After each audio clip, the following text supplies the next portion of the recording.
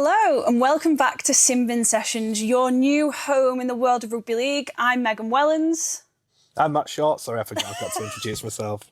We're 2 episodes in. Let me start again. No, Start this is again. good. Oh, No. fine, okay.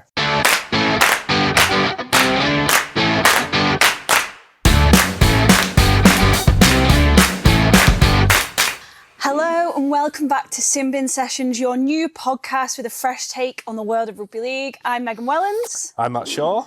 And what a crazy week it has been. I guess before we get into the craziness of the world of rugby league, what's been going on in your life outside of rugby league, Matt? I've got a few things.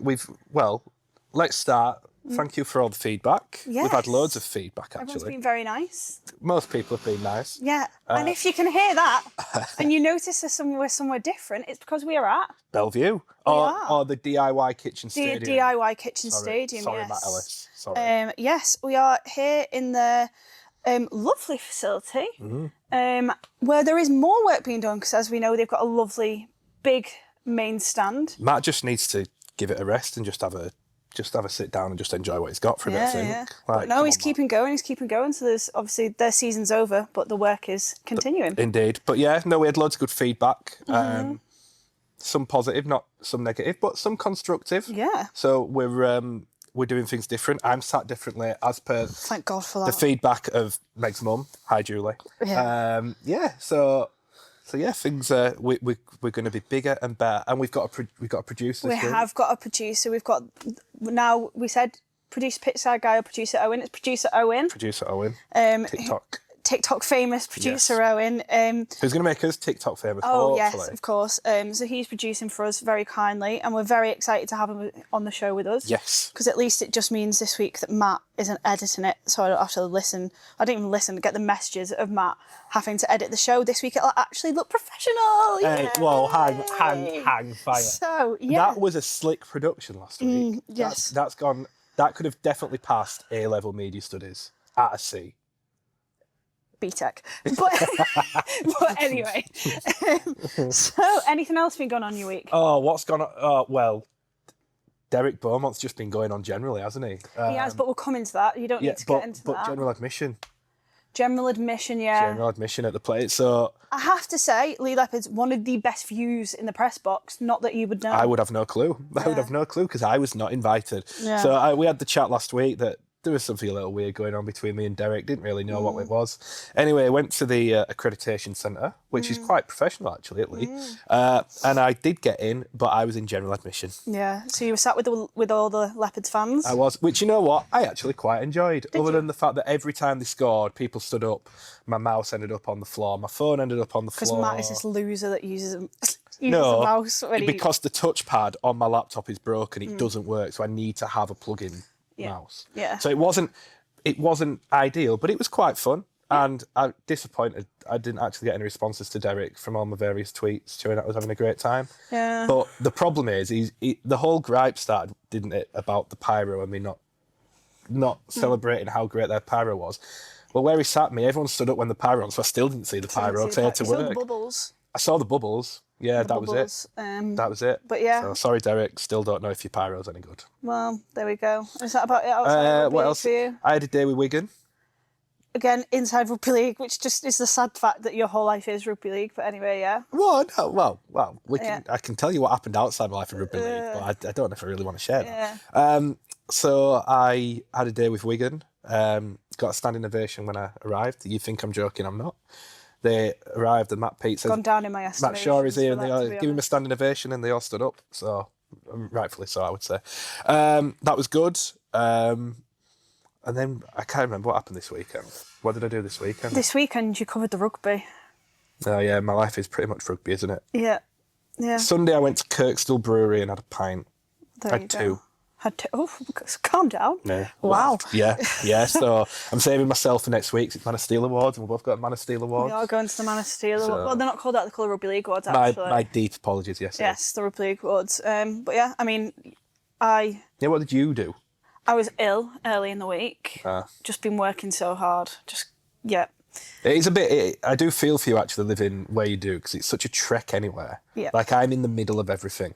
Well, for you to go to Lancashire-based clubs, it's an hour. And to go to most Yorkshire-based clubs, it's an hour. Yeah. On average. Like, if you're averaging I'm pretty much an hour from everything. Whereas, for me to get to St Helens, Leigh, Wigan, Warrington, brilliant.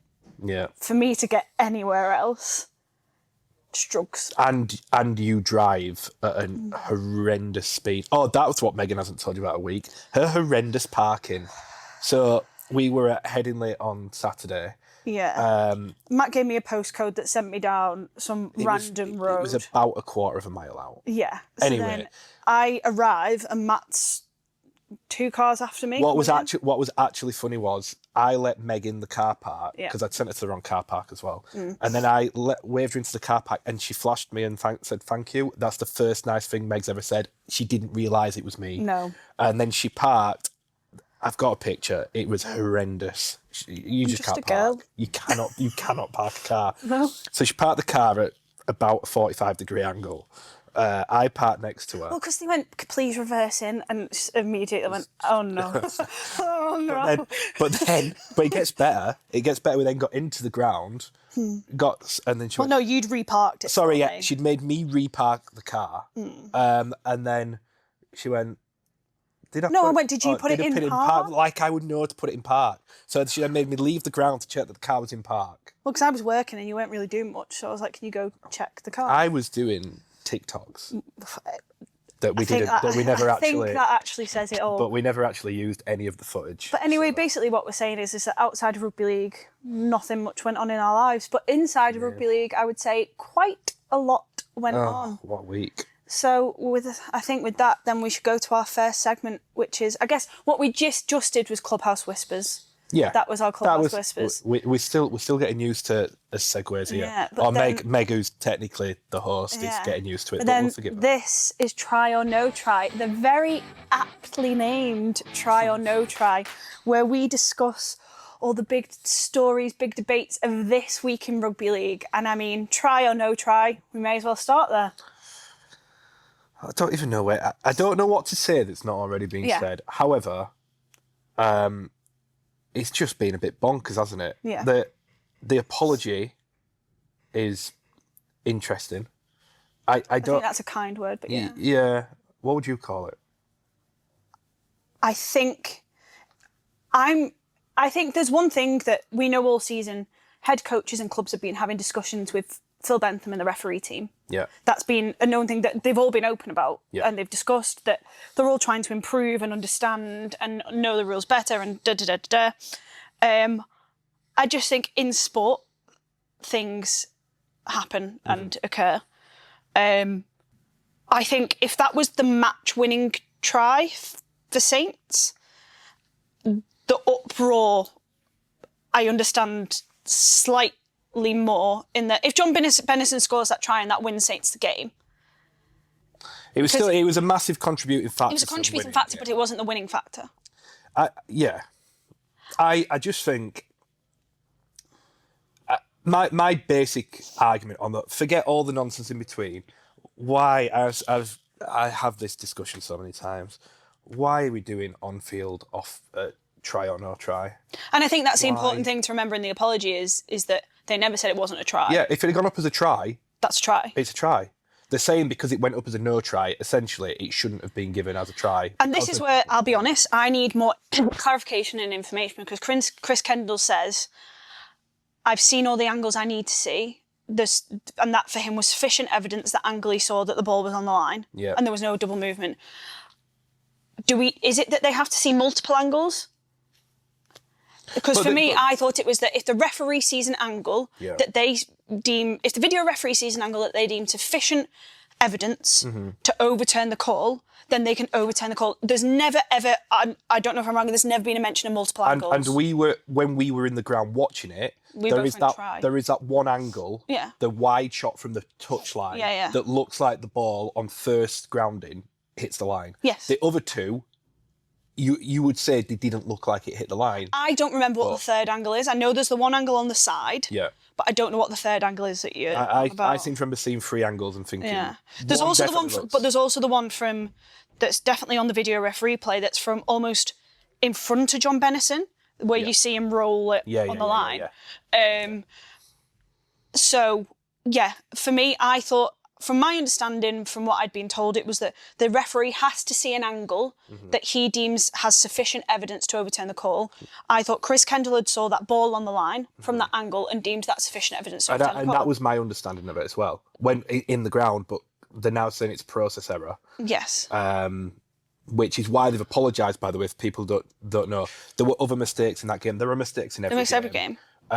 The reason they give a public apology, the same as why they did in the Cass Wigan game, is because the video referee reviewed it and they say that the wrong call was made. So in the Cass Wigan one, there was a kick through and a knock on and something else wasn't there that went against Cass in the end. So they apologised for that because it was a video referee error so it's considered. What slightly gets me though is that what they're saying is the angle that shows it on the line, they're saying is deceptive. They say that all angles can be deceptive. So which is so if you're trying to argue that we should be using the video referee to overturn calls, if you're saying an angle is deceptive, why are we using it in the first place? Well, the technology is not good enough. And that's because the clubs won't invest in it. And that's not just a video and a camera thing. It's the clocks and the lot, you know. But I'll go back to the point I was making. What's the point of try or no try? What does it achieve? My argument again against that is if the referee on the pitch is sending it up for the video referee to check, inherently there's already doubt. Exactly. 100%. So if the referee on the field already has doubt, then they are doubting whether it's a try. Yeah. So therefore there's almost no room for agnosticism. You have to be a believer or a non-believer. What a word. Oh my. Here is the Cambridge educated. Oxford, actually. Sorry, that's actually really offensive. Oxford educated Meg Wellens coming out with a word that I've never heard used in my entire life. Agnostic. So if you're you believe in God, you're a believer. You don't believe in God, you're an atheist. Right. You're not sure if you believe. What a turn. You're agnostic. Where are we going? But fundamentally, when the referee sends it up, they're not sure, they're agnostic. I don't know if it is a try or no try. So asking the referee to, if he thinks it's a try, why is it going up anyway? I agree. I just think, go back to, if they're not sure, send it up. And you think it should be ruled in favour of the attacker, of the attacking team every time. If it's inconclusive, go with the attacking team. It's fair and it's consistent then. And actually, by that process, it would have been given as a try because one of the angles showed it on the line. But by the by. And I think also as well, there's many a mistake that I think every club who's been involved in this sport, and any sport, they can pinpoint a try, a moment where they believe something fundamental has gone against them in the past. You can do it every game, Meg. But not even every game. I'm talking grand finals. I'm talking Challenge Cup finals. I'm talking Saints 2019 Challenge Cup final. Morgan knows. 2009 grand final. There's loads. There's so many. Yeah, of course. But every Michael Withers even further back. Every club will have a moment in their history, at least one, where in a big game they felt hard done to. For sure. I think.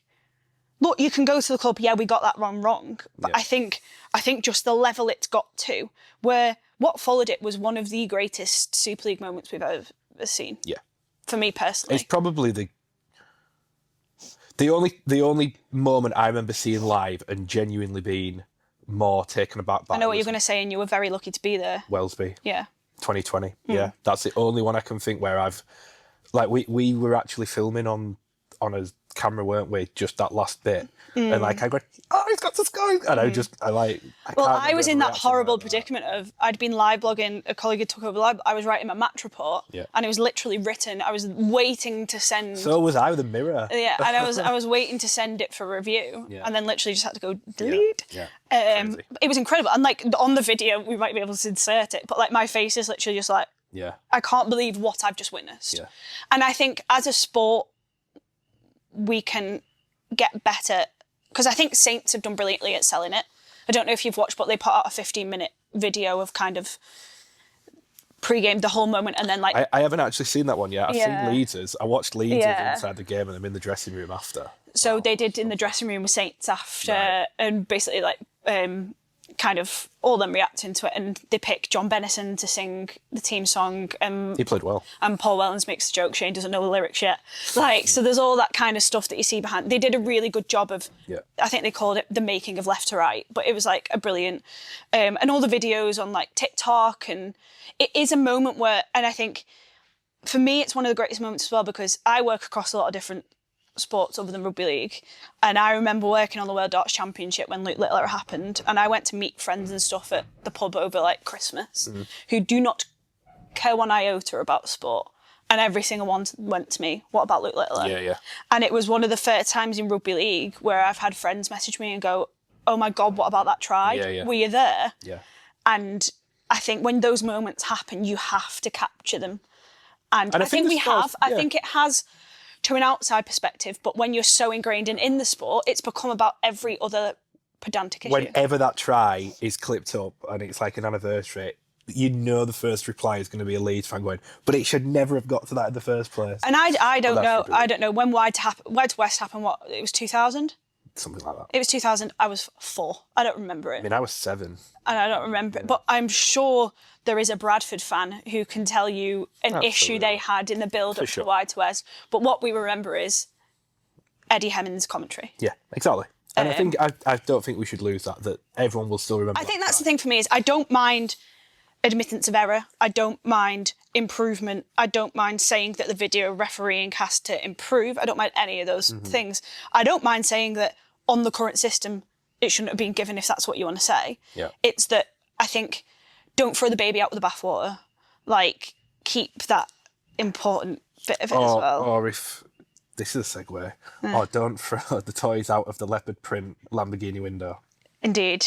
And I guess that brings us on to our second try or no try topic, which we have to talk about, which is the, I don't even know what the word is, the kind of debacle that's gone down between Wigan Warriors and Leigh Leopards. I knew that word. I thought Oxford. You knew that one, well Oxford done. Studied coming back in there.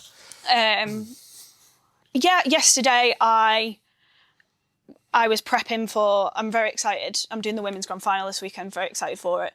I was prepping for that and you went, put that to one side, look at this. And I was like, what is... I think I ruined your day, didn't I? Message you about 8:30 going, Meg, the statement's coming. Well, I was having this day of kind of like doing all these really nice features and prepping for the women's grand final, and it was all this kind of like, oh my gosh, a weekend of huge storylines, women's grand final, Saints Wigan again, to this, and it was like, hang fire, this is going to take over your entire day. Because I guess you can probably give a little bit more background on how it unfolded. So obviously, Leigh win, and I think there's been a bit of miscommunication somewhere in that Derek assumed there would be more tickets available than there have been. Also, just a point on that while we're at Wakefield, your fans were incredible at the game. They absolutely, been all season. Yeah, but they sang for like the foot. It was like there were elements where they sounded like the home crowd, and at the end as well, they were brilliant. Yeah, they were. Yeah. So they've sold out their allocation, and which is 4,800. 800. Yeah. Now it's important to note that the requirement is 10% of a capacity, which at Wigan is about 25,000. So it exceeds. Just for my own brain, so there was the option of 5,000 and something. Yeah. That's if they got reserved seating. You can have allocated or unallocated in a seating area like that. If it's allocated, you have to sit in your specific seat. You have to sit in your specific seat, but you can have more seats because everyone's accounted for. You can go unallocated and people can move around, but because of that, they have to reduce the capacity because there's normally gaps between people. Yeah. Leigh opted for the lower. They said unallocated. Yeah. Now, Derek's explained in his 4,665 word statement that... half a dissertation. Reading time 17 minutes, which we both read at about... 11 pages. Yeah, about 11 p.m. last night. Yeah. Actually read it at 10:37 p.m. Sorry, yes. Very specifically. He argued that he thought there'd be seats either side of the north stand, the little set, the first... Why? There has, in the past, that has happened at games, but not always. It's not a guarantee. No. So I think there's been a bit And he opted for 4,000 whatever, which is just that north stand. There's been a bit of a breakdown in communication there. Yeah. Whatever, whose fault that is, I don't know. But basically, after selling out their allocation, they then told fans to buy in the unreserved Wigan stand. They did. Now, that's where a problem comes, because Wigan are then alerted to it and have to do something about it, and then they go, actually, we can't really do this.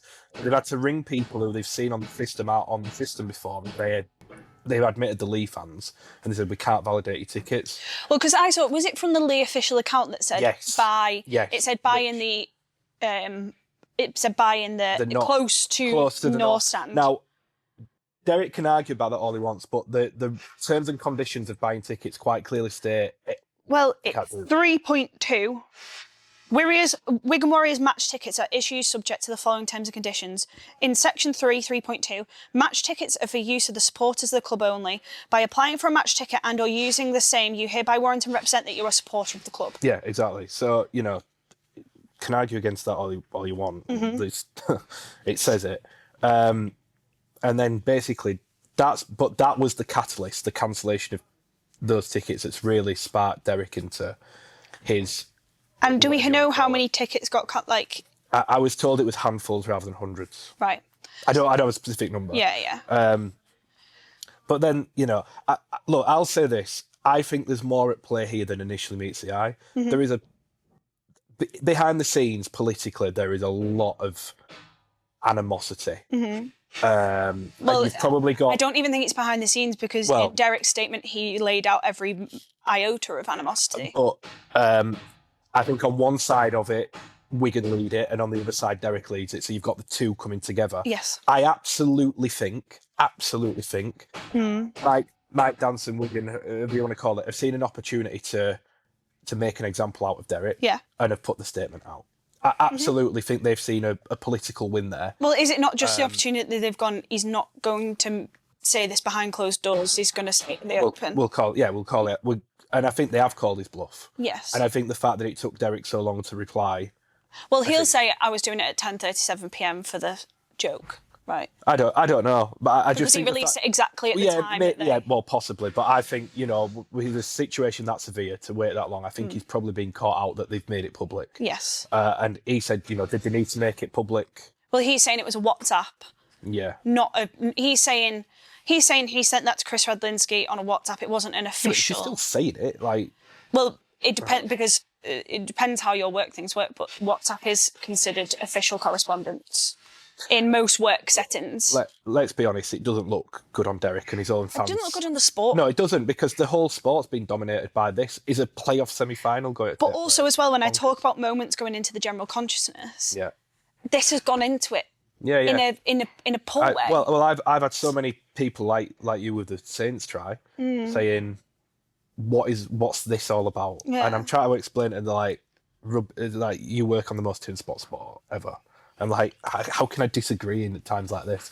It's just... And you spend so much time shouting about these brilliant moments, and I think that's me. And then the literally the day after, a pin goes into the balloon and pops it. Let's be right, Leigh were always turning up for that game. There's no way, even now, it's still not completely been resolved that Leigh don't play the game. Not a chance. But they've seen an opportunity, I think, where Derek's maybe tried to throw his weight around a little bit, and they've gone, no, we're not having it. We're going to make an idiot out of you.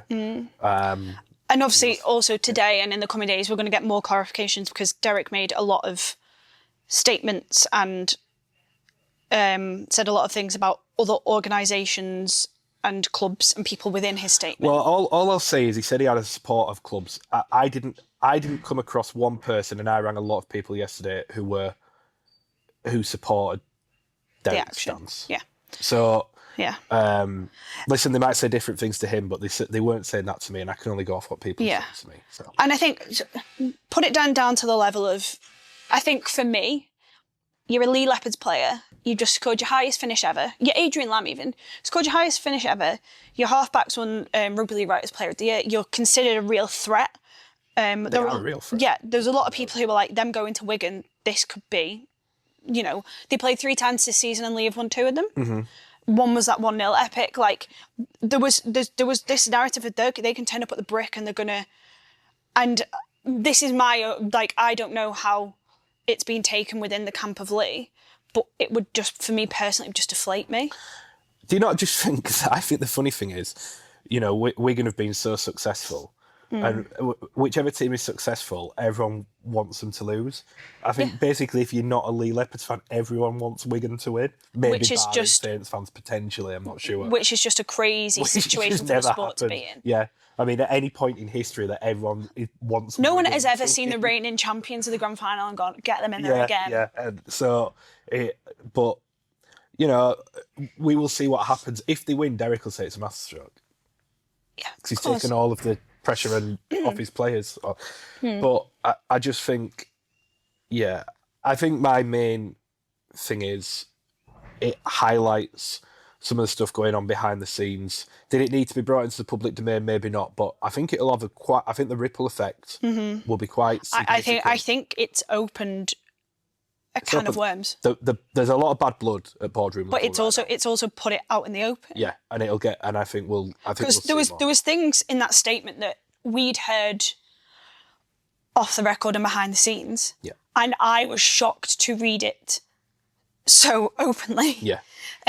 Because I just never thought those things would be made public. Yeah, and some of the correspondence that we got told was exchanged late on that night was crazy. But listen, I think what I would say is, and trying to put a sensible hat on it, I wrote a piece probably 3-4 years ago when there was big debates, big arguments publicly being played out between Ian Lenigan and Gary Hetherington. And I wrote the piece about men in suits. And it was based on the fact that there was Wigan Warriors were doing their pre-season media conference. It was around COVID times, we were on Zoom. So it's a chance to speak to the players, coach.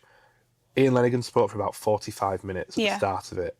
And I just wrote a piece saying, what is this? And it feels like we're getting back to that, where we're going to be speaking more and more about the people in the suits. Rather but we have. Do you not think we spent a season doing that? We have. It wasn't as bad as the Super League split, but we're getting towards it. Because I feel like it's dominated the agenda and the people we've been hearing from at them. And I've said for years, one of the ways I think we can grow this sport is start of the season, all the clubs get their heads together and amongst them pick out like 15 stars and leave gaps for people to become a star across the season. Yeah. But these are the people that were getting to big events, they're doing the interviews, they're doing the fun social media things, we're getting them at things, we're putting their faces out there. The only faces out there at the minute are owners. Derek Beaumont. But not just Derek Beaumont though. Nigel Wood was the you're right. Nigel Wood was the conversation for a long proportion of the season. True. It's been a lot about ownership. Simon Johnson. It's been a lot about ownership and the money they've been putting into clubs and how much money they don't have, which obviously we don't want to support. But it has been a season where that is, I think. Salford, obviously. Salford. There's been moments where it's come above the surface, and but now it just feels like it's come out into the open in its entirety. And when we're going into 2 Super League semi-finals and Women's Grand Final, it's been the narrative again. Yeah, don't disagree. When ultimately, we've actually got 2 really interesting semi-finals. We do. I think that game at the break's fascinating. Leigh was so good against Wakefield. Awesome. But we're going to just... They'll have... Do you not think they'll have... I think the thing for me is Wigan just utterly dominated them in 2024, didn't they? And I know Adrian Lamb will say they've got a completely different side, which they have. They do. And they've got a different mindset. I think the thing for me is these last 48 hours, that's going to be a lot for that club. It's hard to know how much of the play's been sheltered from it. None of them were getting... We don't know. If they've got an X account, they've seen it. Well, yeah. I genuinely don't know how much it would impact them. We don't know. I don't know. It'd be fascinating to see. I think actually the flip side is how much does it motivate Wigan to go, we just want to put it to them. I mean, they say it's an intense rivalry and I feel like it'll have maybe... Not sure how it went down in St Helens, Derek saying that it was of equal standing. I don't know. I'll need to find the full quote. It was something like... it was a little bit crazy. So saying that St Helens had 7,000-8,000 there, a club with, at the time, at the very least, an equal rivalry. At the time. Yeah. Listen, maybe in Leigh's eyes, I'm not convinced. In anyone else's. I'm not convinced that anyone else feels the same. No, way. I'm not either. It is a rivalry that's grown, for sure. It's growing. For sure, but it's not. Well, now we're going to call it the bus station and the bus stop. The bus stop. The bus station versus Derek, the bus stop. thank you, Derek, for the battle of the...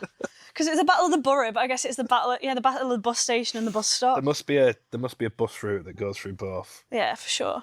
Battle of the Wigan North Western versus and then the other semi-final, Hull KR versus Saints, one obvious favourite. It's hard to look past Hull KR, isn't it? Yeah. I don't. Is that the end? Full stop on that bit. I've kind of just got. I have, as people who are on X know, I've been quite vocal about. I think people have to be realistic about Saints. I do think they'll come good. I've said I think they go deep in the playoffs. Admittedly, I didn't think they'd win last week with how the playoffs turned out, but Paul Wellens made a really good point. They have big game pedigree in that squad. Yeah. And Hull KR... What is it, 28 grand finals between 11 players? Yeah, and 165 playoff appearances. Games, yeah. Hull KR can't match that. And, the question was, can Hull KR win a trophy? They've won 2. 2, yeah. But Hull KR will admit themselves they didn't play well in the Challenge Cup final. They also limped over the line's the wrong word because they put in a strong performance for the rest of the season for it to not be too important those last few games. I'm not overreading the last few weeks at Hull KR, if I am honest. I think they knew they were going to get there and they probably just switched off a little bit. I'm not Put the cue on the rack. But it's more the big game thing. Yeah. Like the But one thing they have got on the side is the atmosphere at Craven Park. The atmosphere at Craven Park, mate. Yep, the atmosphere at Craven Park is going to be great. And it's going to be hostile for the visiting team. All right. Yeah. If you say so. Yeah. I mean, I've always said it's fierce. This is an inside joke, this. Yeah. Yeah. It's volatile, isn't it? Yeah. And it will be volatile at the weekend. It is. Which I guess moves us slightly onto, because we said about atmospheres, Super League clubs. One thing that brings the atmosphere is when the fans have a pint. And I've just been intrigued this week because basically when we went to Leeds Rhinos, what did they have? They had e-pints. E-pint. Well, it wasn't an e-pint. It wasn't a virtual pint. I'm calling it an e-pint. Right. But basically, what was it then? It was a machine that served pints. All right, okay. But basically, I was then intrigued because I was like, wow, that's cool. That's so cool. But I was just intrigued by the price of pints across Super League. Right. Because, it's a sport that is in a lot of working class areas. People go as their one highlight of the week, and I wondered how much pint would be. And I've not been a fan at many. I feel like you've been a fan at a lot of Super League grounds. I've supported Halifax. Decided to turn up for like 1 year. I have supported Halifax my entire life. Yeah. Halifax haven't been in Super League since 2003. So therefore, for me to know but you've gone to rugby league games. Like you've gone as a spectator at a lot of Super League games. I really haven't. Or you've bought a pint there. I've bought pints at Super League games. Yes, right. I this year has become a little bit of a thing where we try and have a pint before a game. But then people have been like... Me. Not you, but people have been like, why are you having a pint before a game? I'm like, well, why not? Why not? So then I got into how much is a pint costing across Super League. Okay. So... Is this a quiz? It's just... No, what I'm going to tell you is I'm going to tell you the price from highest to low, and you have to guess which club it is. Caveat, don't have Catalan's Dragons because they do a token system. They do a token system. So someone told me it costs 1 yellow token. That's how much a Catalan's pint is. I was... When I went to Catalan and did actually goes, I was being just given yellow tokens, so I don't know the value of yellow tokens. So, okay.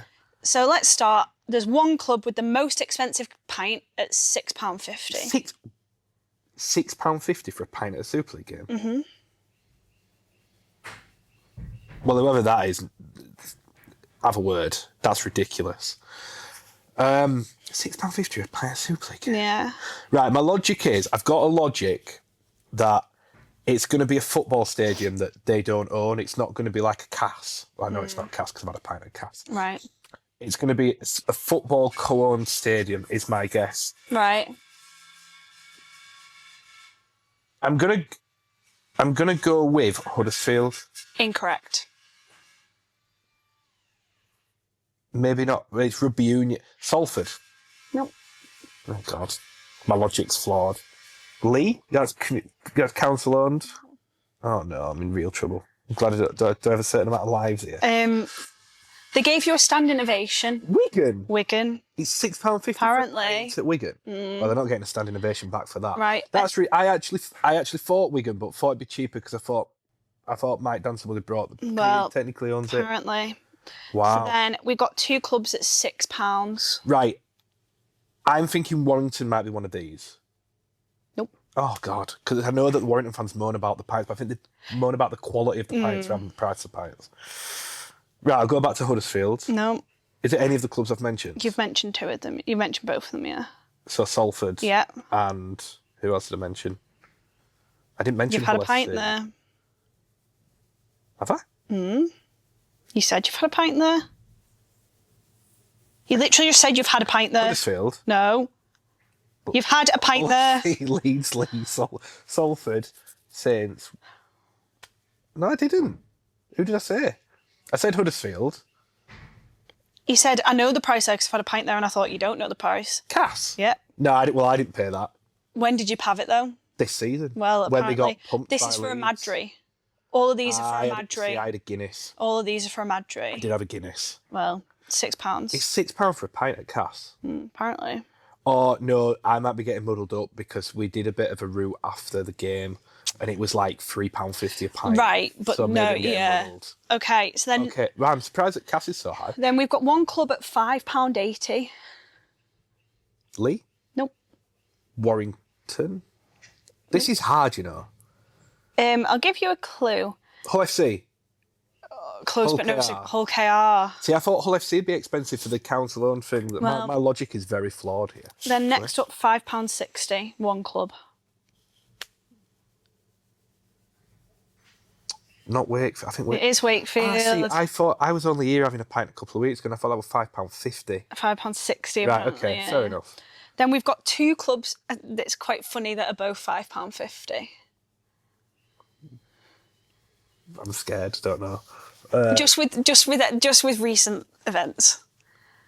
Leeds and Saints? Yes. Okay. I think £5.50 is a reasonable price for a pint in a yeah. rugby league game. I'm okay with £5.50. Then one club at £5.25. Oh, that's good. Yeah. Leigh? Yeah. Right, okay. One club at a £5. This is good So now this is where I think this is something they brought in this season. It's like a season-long offer they've had, Right. from what I can see. Might not be good quality. Warrington. Yes. Right, okay. Maybe that's why they brought the price. Actually, I knew that because after the game, We go in, yes. we went and Muggins here got the first pint and we Yeah. had 1 pint Yeah. for £25. One of the best things Warrington does is they open one of the lounges after the game. Yeah. And they keep it open till 1 a.m, don't they? Yeah, and that means we can have a pint. So some of the media, when we all go to a Warrington game, all go for one drink after the game. Yeah. And it's good they put like a DJ on. Yeah, it's good. It means basically their fans are spending their money in the stadium. Warrington do actually loads of things right. Yeah. Just not very good on the field this year. But yeah. Okay, 2 clubs left. So, £3.90. Plays Hull FC. It is. Apparently, that's all of these are superb. what I've been told. That's superb. And then this is apparently the cheapest pint in the English Football League at £3.20. Huddersfield? Well, I'm going to Huddersfield more often. Well, there you go. Because I technically... No, I can roll down the hill to Huddersfield. I'd have to roll up the hill to Huddersfield. Well, you live in Huddersfield, don't you? So there you go. Cheapest pint. Everyone start going to Huddersfield. £3.20. You've absolutely rattled me there. Because I said you lived in Huddersfield. What's your postcode? I have a HD postcode, but I live in Calderdale. I am from Halifax. HD. And Anyway. I hate that smile. She does that smile she does. I know she smiles like she does. Whenever she tries to wind me up, she does this little stupid smile text and it really It's more when I'm correct. irritates me. But yeah, with that, so there you go. Wigan, more than double the price of Huddersfield. Yeah, you know, I'm not. I think it was £6.50 to £3.80. £3.20. Or £3.20? I think it's £3.80. No, £3.20. That is incredible. Let me just check. £3.20. That is astonishing. Yeah. Apparently. What's the lager? I don't know. Imagine if it's all just John Smith's. Yeah. You'd probably. But still, fair play. Yeah. Hey, fair play. If that is true, well, I'm going to go more often. well, sunny Down Road. It is. So there you go. It's your closest stadium, isn't it? Oh. Are you closer to the Shea or are you closer to the ACU? In terms of minutes, it'll be closer to the ACU. Whether in distance, it might be closer to the Shea. Brilliant. I haven't. Do you know what? I've been to the Shea once this year. Mainly because they played at Odsal Hat. Part-time supporter. I went to more. I am a part-time supporter. Yeah. I've been to 4 Halifax games this year. All at Bradford. 3 of them were at Bradford. 3 at Bradford. Nice. But they have the recyclable cups. What does that mean? So you pay. I think you pay $5.50 for a pint. Yeah. And you get a plastic cup, and if you take the plastic cup back, at the end you get £1 back. And then every pint after that's £4.50, I think. I can't do the maths on that, but... Right, you pay £5.50. So it's £4.50, you just use a plastic cup. Yeah. Right, and you give it back. Yeah. Do that at Twickenham. Pretty good. Yeah. Recycling, green, all that. Or you take a souvenir back. Well, so the Twickenham ones, depending what match it is, they have like specific match cups. That's cool. So I think you buy the cup for £5. If you give the cup back, you get your £5 back. Right. But obviously some people just want to keep the cup because it's like, But anyway, so that brings us to the end of our very long try or no try segment, which moves us into, this is your intro this week. Oh, right, yes. This is Captain's Challenge. So... And before he forgets, this is the part where we want your comments and we want you to like, subscribe, follow, all No, hang on. What's happened here is, let's be right. What's happened is Meg forgot to do it again at the top of the show. And he's now trying to put the blame on me. Anyway. That's what's happening. Captain's Challenge. This is Captain's Challenge, where we encourage you to get involved in the debate in the comments section. Please do. And don't forget to subscribe and follow us on Twitter, Instagram and TikTok. Or X, sorry. So basically, every week, one of us will come up with a topic or a debate, and we will argue whether we think that the statement is correct or incorrect, and then we put it to you. And this week I get to choose the statement, and I think I've got a good one. Go on. Right. I think Bevan French is the greatest overseas player in the history of Super League. Your thoughts? No, but first off, you have to explain your stance. Well, I think, you'll just agree with me because I'm very persuasive. So I just think he's the best player of all time in Super League. Of all time in Super League? Best overseas player of all time. Reason being, I think the sheer accomplishments back it up. 3-time Dream Team member, all of his successes with grand finals, challenge clubs. How many does he won of each? Oh, now you put me on the spot. So he's won 2 grand finals, I believe. Right. Has he won a challenge cup? Yeah, he's won one challenge cup. One challenge cup. They won the World Club Challenge. Yeah. He's the only player in history to be named man of the match in the World Club Challenge, the Challenge Cup final, and the Super League Grand Final in the same year. He's got the all-time try-scoring record for most tries in a game in a Super League match. 7. Who was that against? Hull FC, when they were admittedly atrocious. Right. Okay. Yeah. But nevertheless, I think his try-scoring record and appearances speak for itself. I think his longevity is key in this because there are some tremendous players overseas but haven't been around for as long as Bevan French. And I just think you look at his individual brilliance and what he does. I mean, his stuff that he did against Leeds was a joke. A joke. Okay, so I'm going to come back at this in probably 3 parts. First part, won man of the match in World Cup Challenge, Challenge Cup and Grand Final. In the same year. I think that has validity if the World Cup Challenge takes place every year. But because the World Cup Challenge sporadically takes place, that is an achievement that is so, random. But I don't think... that's I would have to research this specifically. I don't think many have just done Challenge Cup and Grand Final man of the match in the same year. I can't... Did Sean Long, maybe? Possibly, but as in, my point is that to include World Cup Challenge, I think if, yes, every year we were going home and away for a World Cup Challenge, sure. But to say, he picked it up in the World Cup Challenge that we haven't had since. But the fact that he's still won the man of the match in the World Club Challenge is still a good argument for him being one of the greatest overseas players that Super League's had anyway, or the greatest, in my opinion. The greatest. He's the best overseas player in Super League history, in my opinion. My second part to you is, I would say that not only is he not the greatest overseas signing at this current moment in time in He's not. No, as in over the history of Super League, he's not. He's not even the greatest overseas signing at Wigan that Wigan's ever had. You're mad. I think there are two that you can... Right, who? I'm fascinated. Pat Richards and Tommy Leigh. Pat Richards, 244 appearances, 2 Grand Final wins, done a research. 2 Challenge Cup wins, a World Cup challenge and a Man of Steel. Yep. Tommy Leigh, 323 appearances, 2 Super League wins, 2 Challenge Cup wins and a World Cup challenge. Yep. And is also now become a Assistant coach. Yeah, I would just... And, I mean, Pat Richards won a Man of Steel, didn't he? Yeah, 2010. Bevan French has won a Man of Steel, of course. Pat Richards is the last back who is not a spine player to win the Man of Steel. I still think Bevan... I just think as an individual... But you've not actually given me any response to Pat Richards or Tommy Leigh. Richards, they're both great players. They're both great players. I just don't think they've been as influential on Wigan as Bevan French is on this team. Tommy Leigh. You look at how Wigan struggle without Bevan French. But that's how they've set up their system. Yeah, but then that shows that, well, okay, I'm okay with that. But then everything, when Wigan do the quadruple, you have to say, well, it's down to Bevan French by that logic. Because they've set it up around him. Yeah. So they won a quadruple, and you're saying it's down to Bevan French. I'm saying it's down to the system. So the greatest achievement that you can achieve in rugby league is down to Bevan French. You think that's the greatest achievement you can achieve in rugby league? Quadruple? Well, what's better? Well, someone would say that's not longevity, that's one season. But still, it's still the greatest accomplishment. Maybe this is one for another week. 4 in a row. They defended the Super League title with Bevan as the star man. So they've done it. So there's a bit of longevity in that they've had success 2 years running.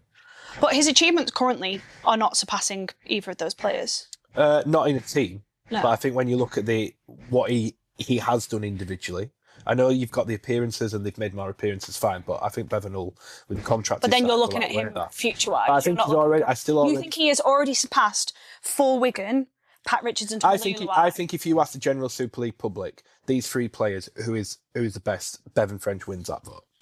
Comfortably. Comfortably. I think also for me, the way what Tommy Leigh did, and so Tommy Leigh lost that 2020 Grand Final. That was his last Grand Final appearance for the club, wasn't it? But also his ability to bring young players through and play that role at the club as well. Tommy Leigh played the role that usually, like, you'd see Wigan, Saints, Leeds born and bred lad play for the club. Yeah, but then the flip side of that is Bevan's been the best player in the competition in 2 different positions. He managed to go from full-back to half-back. Yeah. And kill it. I mean, and in fairness, Tommy played a bit. Can I just clarify on that then? So, what 2 seasons in particular are you picking out? What do you mean? What full-back season and what half-back season? Well, earlier on in his career, he was full-back. He was full-back when he joined the club. Right. He ended up, if you recall... And did it go well when he was there? Not as well. The club was building, but he still had a very good record. Or did he get moved? Still pretty sure did he get moved? Still pretty sure he got into the dream team. Or did he get moved? He got moved because he had another one in Jay Field, and he was... And it didn't work. He didn't work with Jay Field on the wing. Mm. So they then ended up moving Bevan. They tried Bevan on the wing? Yeah, and he scored 7 tries in the game, but by the by. So he's done it in 3 positions, technically. But then they've moved him to half-back, and he's been tremendous. And, okay, so your argument is that if he hadn't missed, 8 games this season? Yeah, he'd have been up there. He should have been up there? He'd have been up there, yeah. The Man of Steel voting system, which we discussed last week, would have made it hard for him and Jay Field to win the... Yes. Albeit, even in that system, Bevan French still won it, despite all those tremendous players Wigan had. Well, that's because the system doesn't allow the points for the other players. That's the point. But Jay Field was excellent. Anyway, back to the current situation. So, and then I think the other point with... So your argument with Bevan is that... So what's he been at Wigan for now, 6 years? He joined midway through 2019, didn't he? So he played he played about a quarter of a season 2019. Then he played 2020. 2021 he didn't play much because he had his mum's illness and everything else. Yeah. But then since coming back, he's been phenomenal. So basically this is his 5th full season. 2020, 22, 23, 24, 25. Yeah. And so then 2020... They lost in the grand final, won the league leaders. But, I mean, he came up with quite a significant play in that grand final, didn't he? 2022. They won the Challenge Cup. Anything else?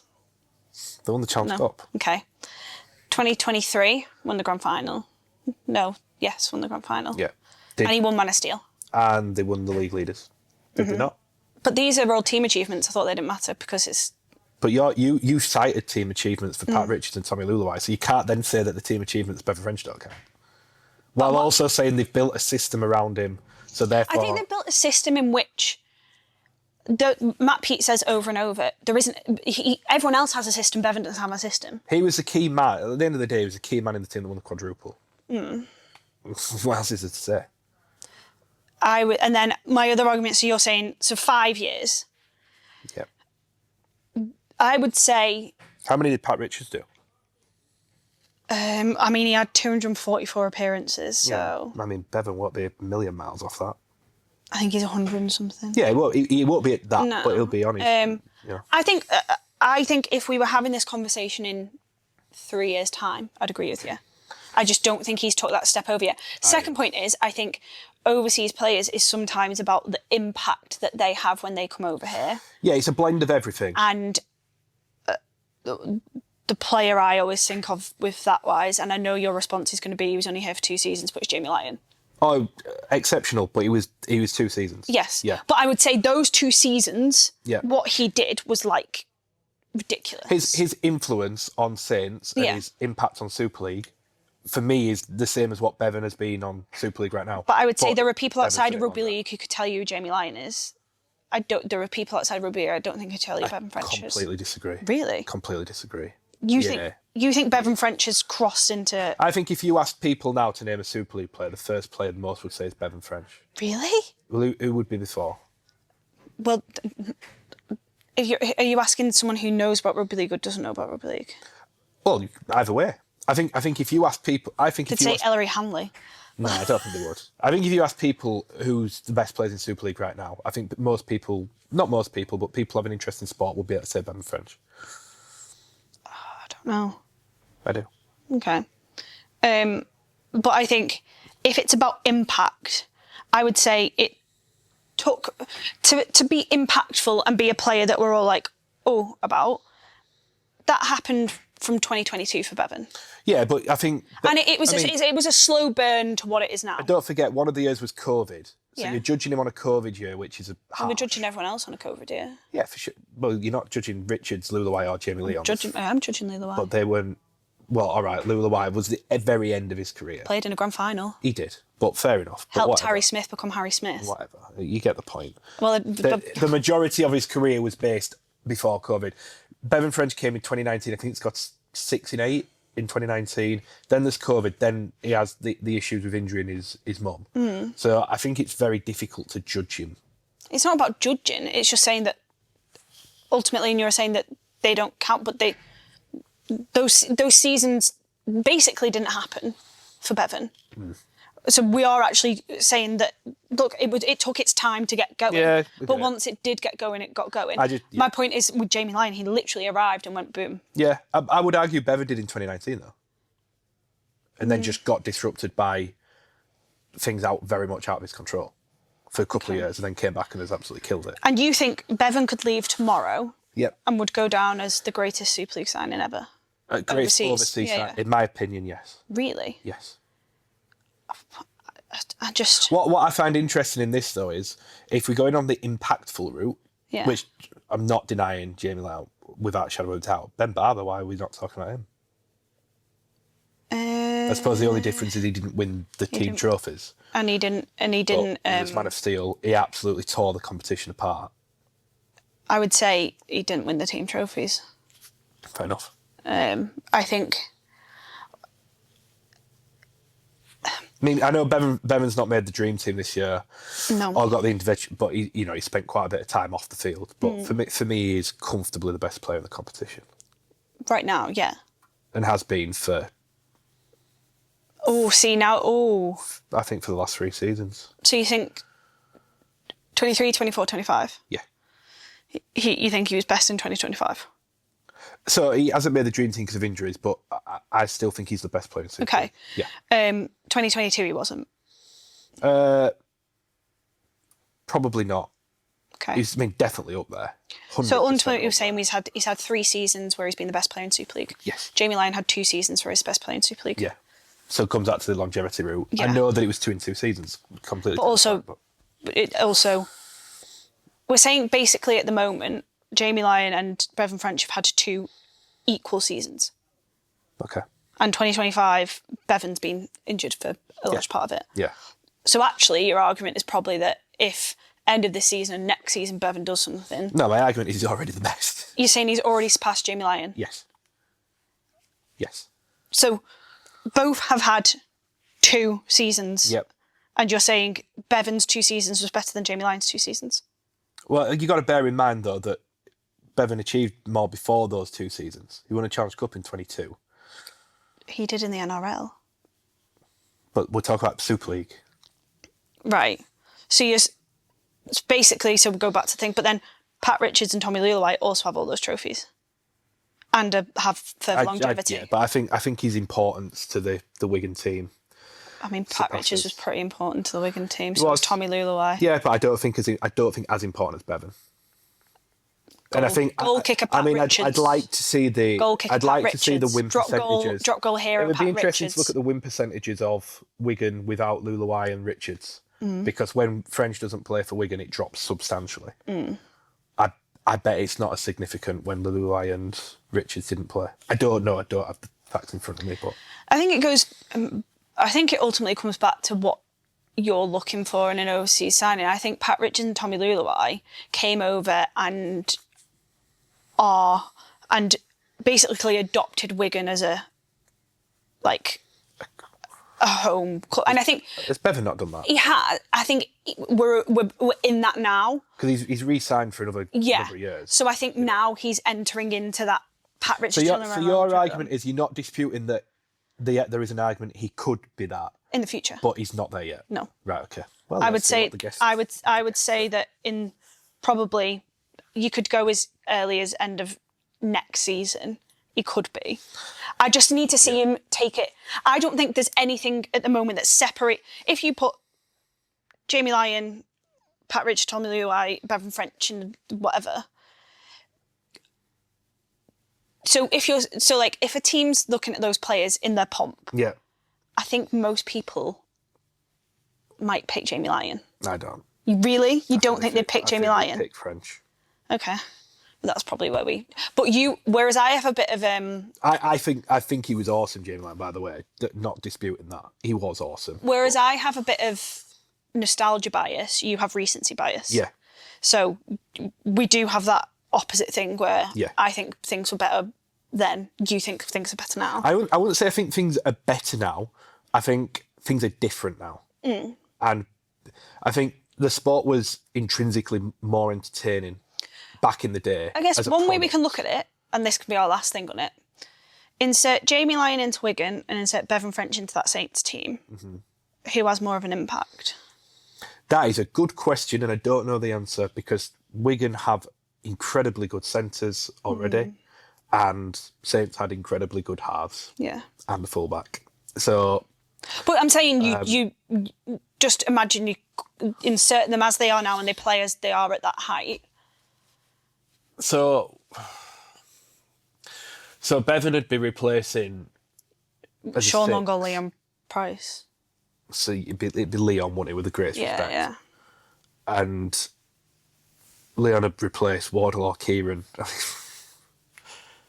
I mean, he's better than not this, but I think you'd replace Kieran personally. What I am saying is, either way, you're replacing a very good player anyway. But you're replacing him with someone better. In both scenarios, who has a bigger impact? I don't know. I think both would make both teams. Both would make both teams exactly. Better. So then, for me, it's about being able to go.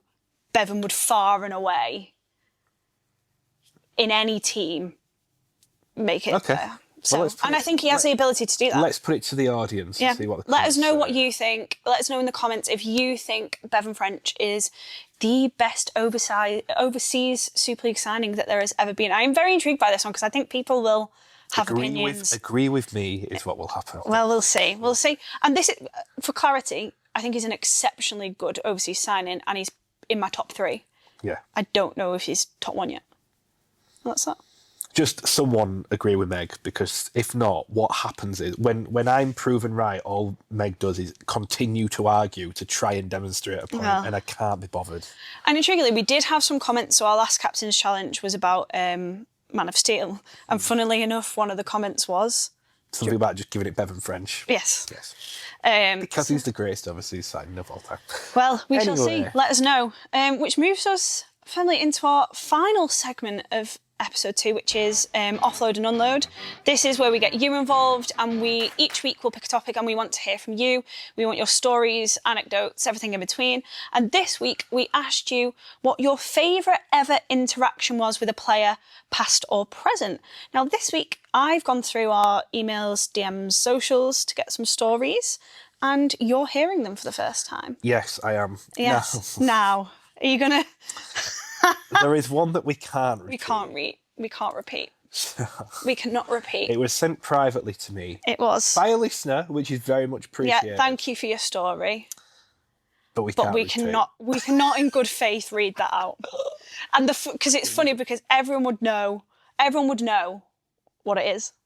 Yeah. But we cannot. Anyway, that sounds bad because it sounds like we're baiting them and then we're going to read the story, and we're truly not going to read the story. So first off, these were just a couple of anecdotes that people sent in. So this is from someone who's in the journalism world, who said, the best interaction I had with a player was Paul Loughlin. My first player interview was, I had no idea what I was doing, but he made it all very easy for me. Oh, that's nice. Which is nice for a player to do. That's a good lesson. My first interview with a player was Earl Crabtree. Was it? And he was lovely too. Was he?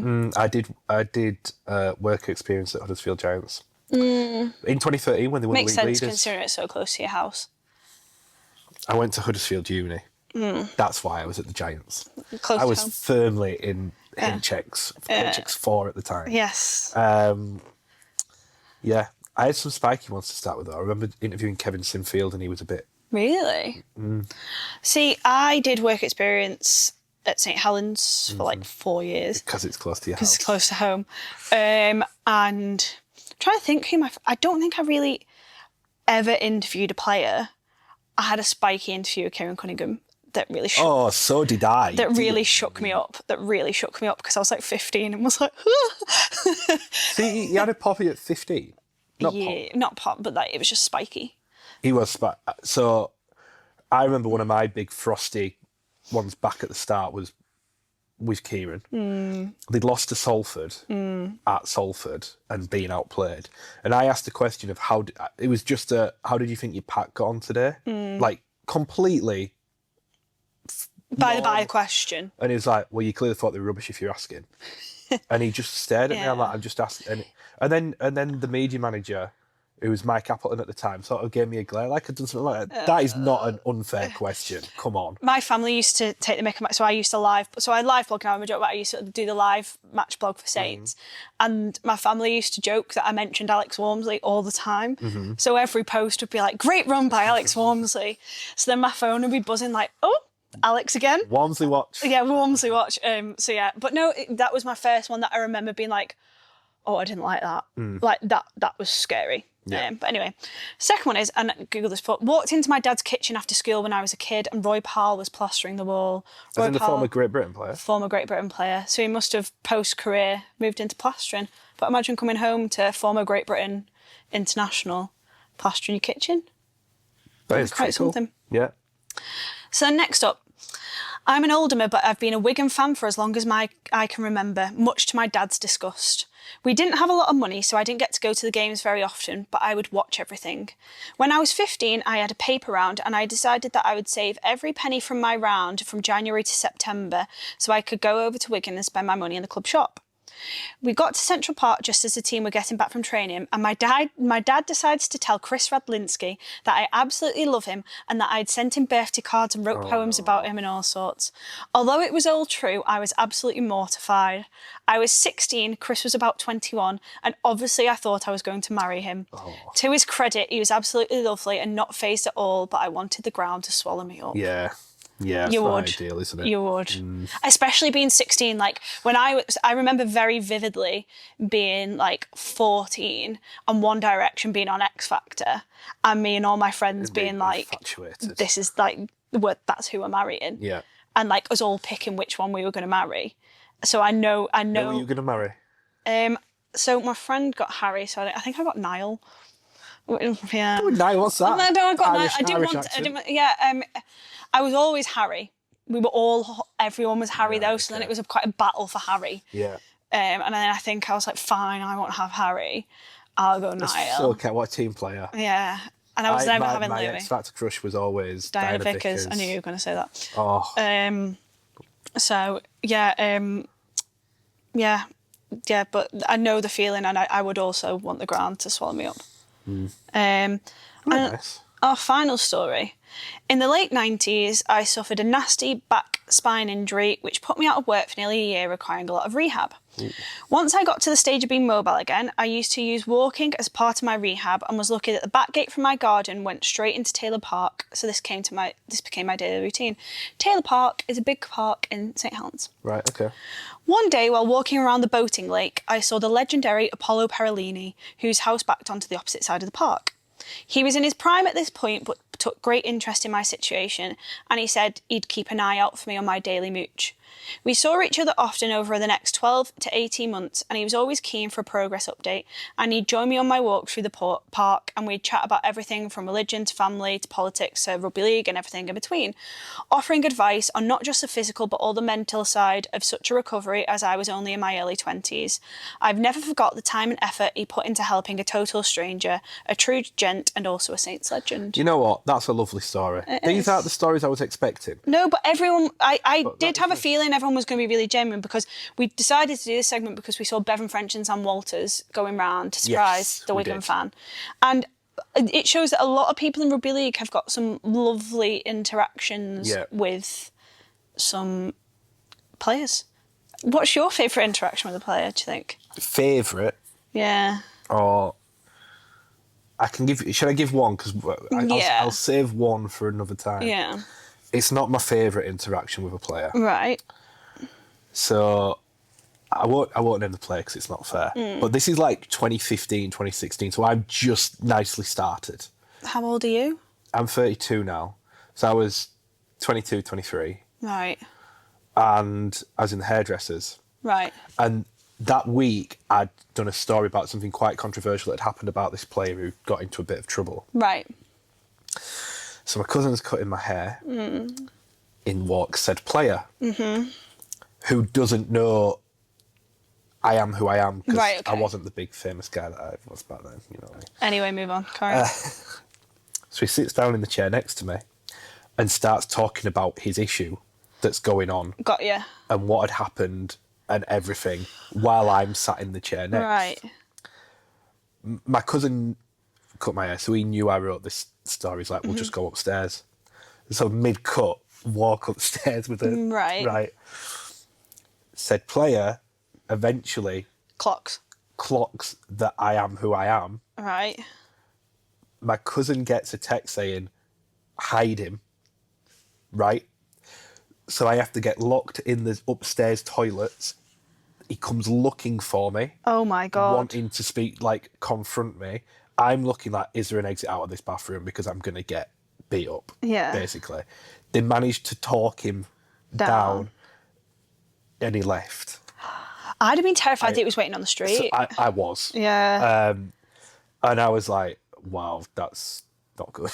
Oh, no. So that went down. And my cousin found it hilarious, obviously. Yeah, but I did not. So have you seen them since? Oh, yeah, Sounders pound me. Like, oh, yeah, just misunderstanding, don't worry. Yeah. And see him all the time now, and it's fine. But that was not good at the time. No, I wouldn't recover from that. I ended up going to meet him and had a pint with him and did an interview with him not too long after. Fair. So, but at the time, that was at that point, I'm like, is journalism for me? Fair. Is this what I want? Yeah. Yeah. That was bizarre. Well, and still think about it now, probably 10 years later. Yeah. I mean, I don't have one in terms of in the job. I have one from when I was a kid. And Go on. Darren Albert played for Saints. Yes, he did. Good player. Rapid. Yeah. And some of my family knew him quite well. And just as he was going back to Australia, he was at my grandma's. Right.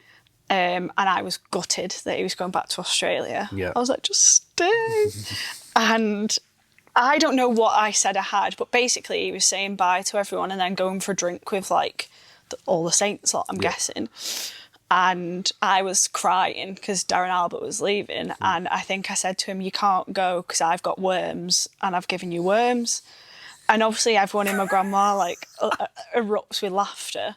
And then I'm crying more because everyone was laughing at me. I'm laughing at you because you've got worms. Yeah, I don't know. And everyone's like, worms not contagious. Like, what are you on? Like, any other disease, Meg. Like, to keep him on the ground. But I think I'd had a poorly stomach. So the thing that I'd convinced myself I had a worm. Right. At like, God, what year would he have left in? Like 2000? Early, mid-noughties. So, like, say he left in 2008. Not even that late, earlier than that, wasn't it? Probably us. 6. So like I was like 10. So I was like I've got a worm. So you can't go. So yeah, that's the one that I always like. You know, you get a shudder about like stuff you've done in your life.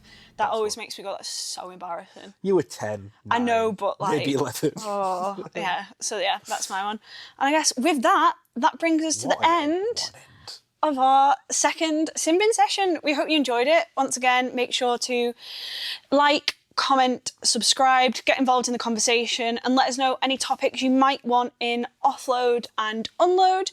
We'll be back next week, but with that is the end of our Simbin session.